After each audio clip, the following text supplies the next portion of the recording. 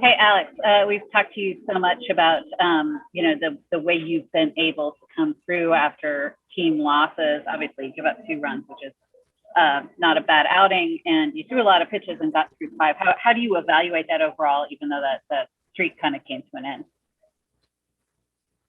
Yeah, I'm very devastated that streak came to an end. No, I mean, it's just part of baseball. It's a tough place to play. They got a good team. I thought I threw pretty well. Had a long 4th inning, but made some pitches. They really had one good hit the entire night, 2 deep ground balls and two blue-fisted balls by Harrison. Just can't walk Lowry to start that inning. But overall, I thought myself was pretty good. Gave us a chance to win. Sometimes you just come up short. Just one of those nights. They went to Diekman early. After their starter came out, he did a good job bridging the gap to the late inning guys. Just tough baseball game. Sometimes that just happens. You've both played with Mike Yastrzemski now, and you've faced him. What are your thoughts on his season? I think people look at the numbers and say, oh, maybe a down season, but he's got 19 home runs for you guys. Mike's a pretty good player. I'll take him in my lineup any day of the week, and just long season, ebbs and flows of the season. It's we've had a lot of guys carry us for streaks, a lot of guys, trading off in that role. I mean, we can beat you, a lot of different ways, defensively, offensively, 1 through 9 in the lineup. Our starters, our relievers, we got a good squad. Mike's had a good year. His average might not be as high as he wants it to be, but he's a great player, and I'll bet on him every single day of the week. We talked to Gabe a little bit pregame about how the coaching staff has developed trust with the pitching staff in terms of when to go longer in games, when to come out. I'm wondering if there's any part of you that wanted to stay in at 96 pitches, and what were the conversations like? I fought for the 5th. They were about to pull me after the 4th, to be honest. And so I kind of fought to go back out there and go back out for the 5th. And then, after that, they felt like where they were at in the lineup and the guys we had lined up at the pen, that was the move we wanted to make. And, I thought the guys did great, honestly. Inside move gets Marte making a stupid move there late in the game, and just a tough play with Flo playing way off the bag and trying to make a throw to him on the run. Is a tough play there, and then Zach had that's just Marte's a good hitter. Just put a good swing on the ball and squeak one down the line. Sometimes it just happens, but I thought the guys threw great. I thought we played good overall tonight. Didn't get the big hit when we needed it, but that's how it goes sometimes. It's baseball.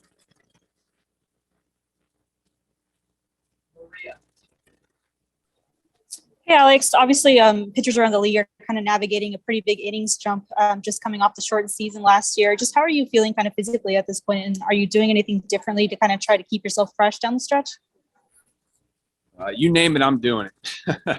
It's not only the shortened season last year, but this is the most I've thrown in 2 seasons. And so, just trying to be as prepared as possible, get as much work in as possible in between so I can recover and be ready for that 5th or 6th day, whatever it may be. And so this is the fun time of year. So, we've got 6 weeks left, 40 games, whatever it may be. And so guys are just doing everything they can to feel as good as possible and, win as many games down the stretch as we can and propel ourselves into the postseason. Thank you. And then kind of continue that tonight. What were you seeing tonight? No, good. Good thought. It's easy to contrast those two and to compare them. So I didn't think we swung the bats particularly well at the end of the last series. I thought we swung the bat a little bit better tonight. I thought the 3rd inning was notable. Tommy's at bat was excellent, obviously. And then we followed that up with a Posey walk, a belt walk, and then I think following that was the KB bullet to center that was right at Marte. And thought that was a productive quality inning and kind of an example of what we can be and what we are often.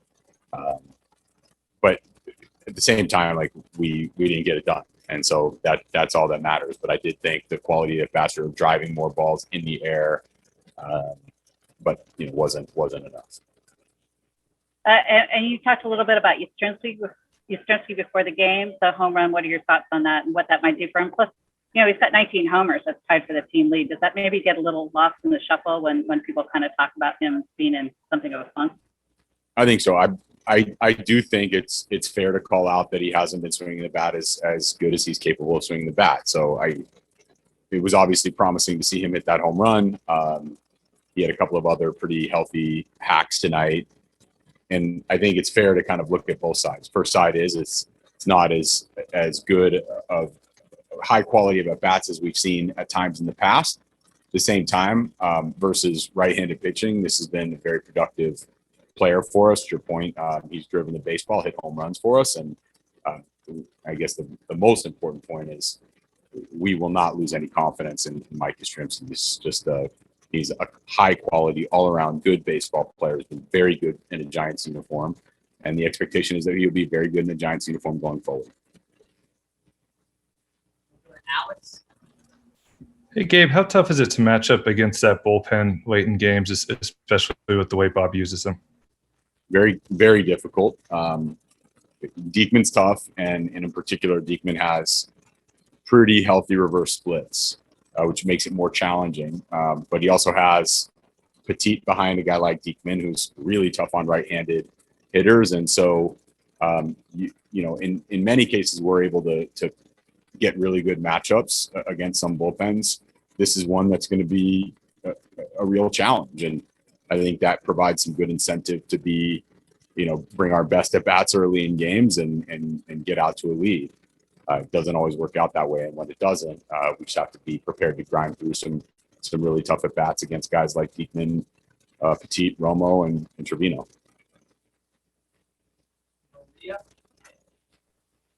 Hey, Gabe, I think this is like the first time in almost a month that you guys have lost back-to-back games, and yet you've lost some ground to the Dodgers in the standings. Is this just like a reminder that you guys can't really afford to take your foot off the gas, just given the strength of the division? Yeah, I think it's important to set out to win every night. I also think it's important to keep things in perspective. In this particular case, we haven't taken our foot off the gas. We haven't won the last two baseball games, but that's really not indicative of how we've approached these baseball games. I thought we were definitely prepared tonight. We didn't execute tonight, and we didn't execute the way we're capable of on a couple of plays that I think were important in the game. That said, we were behind the entire game and trying to kind of scratch and claw and stay in it. And despite some really good pitching from Alvarez and Littell as well. Obviously Marte hit that ground ball down the right field line. But he continues to make big pitches for us. Getting back to your question, we're not going to take our foot off the gas. We're also going to keep things in perspective. We don't want a couple of games to kind of linger and kind of carry into the next couple of games. What we've done all season long, what we did right after spring training, what we're going to continue to do is turn the page, get ready to play tomorrow's baseball game.